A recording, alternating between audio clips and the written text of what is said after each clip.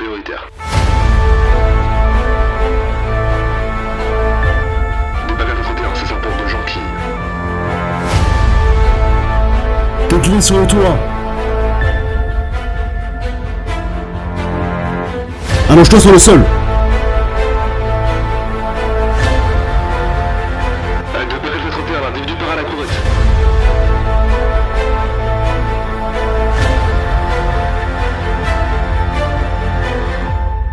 Individu interpellé.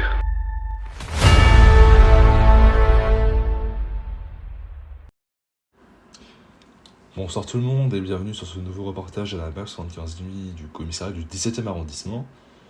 Il est actuellement 21h et nous allons passer aujourd'hui une vacation avec les membres de la BAC pour vous faire comprendre leur mission et leur quotidien.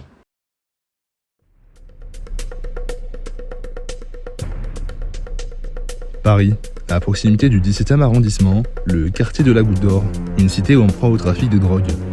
Ici, on compte pas moins de 3 points de deal, au pied des immeubles, sur l'esplanade et dans la ruelle derrière le quartier. À l'entrée du parc, sur des scooters ou en pleine rue, les dealers attendent les clients et enchaînent les transactions. La délinquance routière est également en recrudescence ces derniers temps dans la capitale. De plus en plus de jeunes refusent d'obtempérer lors de contrôles, mettant en danger leur vie, mais également celle des usagers de la route. Nous verrons dans ce reportage comment l'équipe de la BAC 75 nuit lutte contre ces nouveaux types de délits. Pour lutter contre cette délinquance, les agents du commissariat du 17e arrondissement travaillent jour et nuit afin de faire cesser la criminalité. Regroupant la BAC, la CSI, la CRS et la police judiciaire, ce commissariat est un des plus attractifs de la région parisienne. Nous retrouvons aujourd'hui Tom Parot, responsable de la brigade anti-criminalité. Il va nous expliquer quelles sont les missions de la BAC et comment cette unité parvient à interpeller ces nouveaux types de délinquants. Bonsoir Bob, bienvenue à la BAC 75. Merci, écoutez, je vous laisse vous présenter. Très bien, donc je suis le sous-brigadier Parot, donc chef de brigade de la brigade anti-criminalité de nuit sur le secteur de Paris dans le 17e arrondissement. D'accord. Je vois que vous avez un petit hibou sur votre écusson, vous pouvez nous dire pourquoi ? Ah, tout à fait, donc le hibou, il représente le chasseur de nuit par excellence, donc il déploie ses ailes sur notre écusson pour symboliser le fait qu'il protège Paris et que nous protégeons Paris toutes les nuits. Donc Paris est symbolisé par la Tour Eiffel et l'Arc de Triomphe. Bon Bob, il est déjà 21h30, il va pas falloir tarder. Donc je vais vous laisser vous mettre en tenue et nous rejoindre pour le café avant le dispatch. Avant chaque service, les policiers ont pour habitude de se retrouver autour d'un café. Ce moment de détente leur permet de rester en contact avec leurs collègues. Échangeant sur les interventions de la veille, cette pause permet également d'avertir les effectifs d'un potentiel danger. Ce rituel représente cette famille qu'est la BAC. En effet, ici tout le monde se connaît. Bonne humeur et convivialité avant la prise de service sont des notions importantes pour cette unité.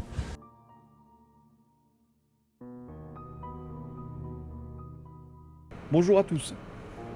Dû à la recrudescence des trafics rue Rénoir ou même sur tout type d'intervention sur les points sensibles, vigilance au maximum. Il y a malheureusement du répondant en ce moment. Ils ne se contentent plus d'être de simples voleurs ou trafiquants. Aujourd'hui, ils sont capables de vous agresser et ils sont souvent munis de couteaux qu'ils savent très bien dissimuler. Restez toujours sur vos gardes et prenez pas de risques inutiles. À la disposition de votre responsable. Avant de partir en patrouille, nous allons interroger Arnaud, conducteur au sein de la BAC Nuit Paris.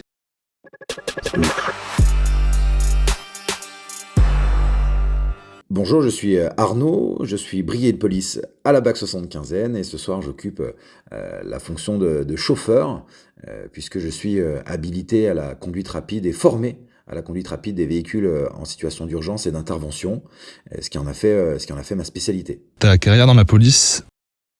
Mon parcours dans la police, il a commencé il y a maintenant plus de 15 ans. Sorti d'école de Guérin-de-la-Paix, je suis allé en Seine-Saint-Denis pour faire de la police secours, donc successivement dans les commissariats de La Courneuve et de Saint-Denis. Ensuite, j'y ai passé mes tests bac pour intégrer la BAC Nuit du 93. Et puis, ça fait aujourd'hui 6 ans que je suis à la BAC Nuit Paris, la BAC 75. Une intervention qui t'aurait marqué ? Une intervention qui m'a particulièrement marqué à la BAC 75, ça a été un refus d'obtempérer. Une course-poursuite de plus de 80 km. Et là où c'est marquant, c'est que 80 km, c'est très long et que sur le temps qui passe pendant cette intervention, ça nous demande 100% de concentration et et d'implication dans ce qu'on va faire, que ce soit pour moi qui suis chauffeur, la concentration évidemment sur la conduite, parce qu'on atteint des vitesses qui peuvent parfois dépasser les 230 km/h. Et puis sur le chef de bord qui a un rôle primordial avec la transmission d'informations à la salle de commandement, et puis évidemment l'équipier à l'arrière qui lui va pouvoir prendre en compte la moindre information qui nous échapperait, et qui va permettre vraiment de nous articuler, de créer une osmose dans l'équipage, et qui sur la longueur est tellement rare qu'elle en est que bénéfique pour l'expérience.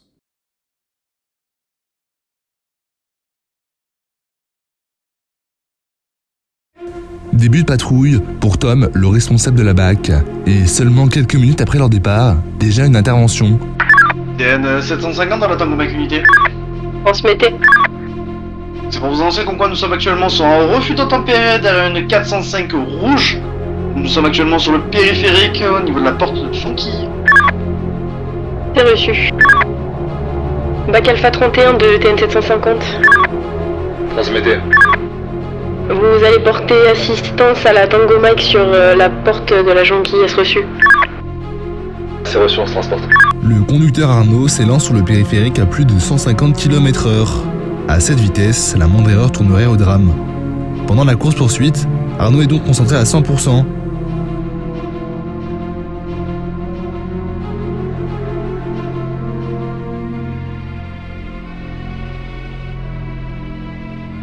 Au bout de quelques minutes, nous finissons par retrouver les motards. Afin de ne pas se mettre en danger, aucun véhicule de police ne doublera le véhicule à cette vitesse.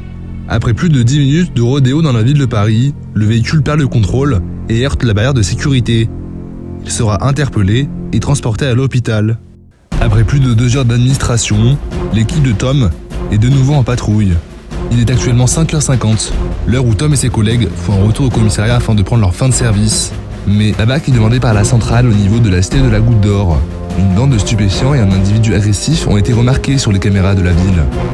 Le véhicule de police est lancé à plus de 80 km/h dans le centre parisien. Une fois arrivé sur les lieux, Tom et ses collègues cherchent le fauteuil de trouble. Un individu masqué avec une sacoche correspond au signalement, mais les jeunes du quartier ont remarqué la police et ont commencé à crier le hara. Le hara, dans leur langage, permet de signaler l'arrivée de la police dans leur secteur.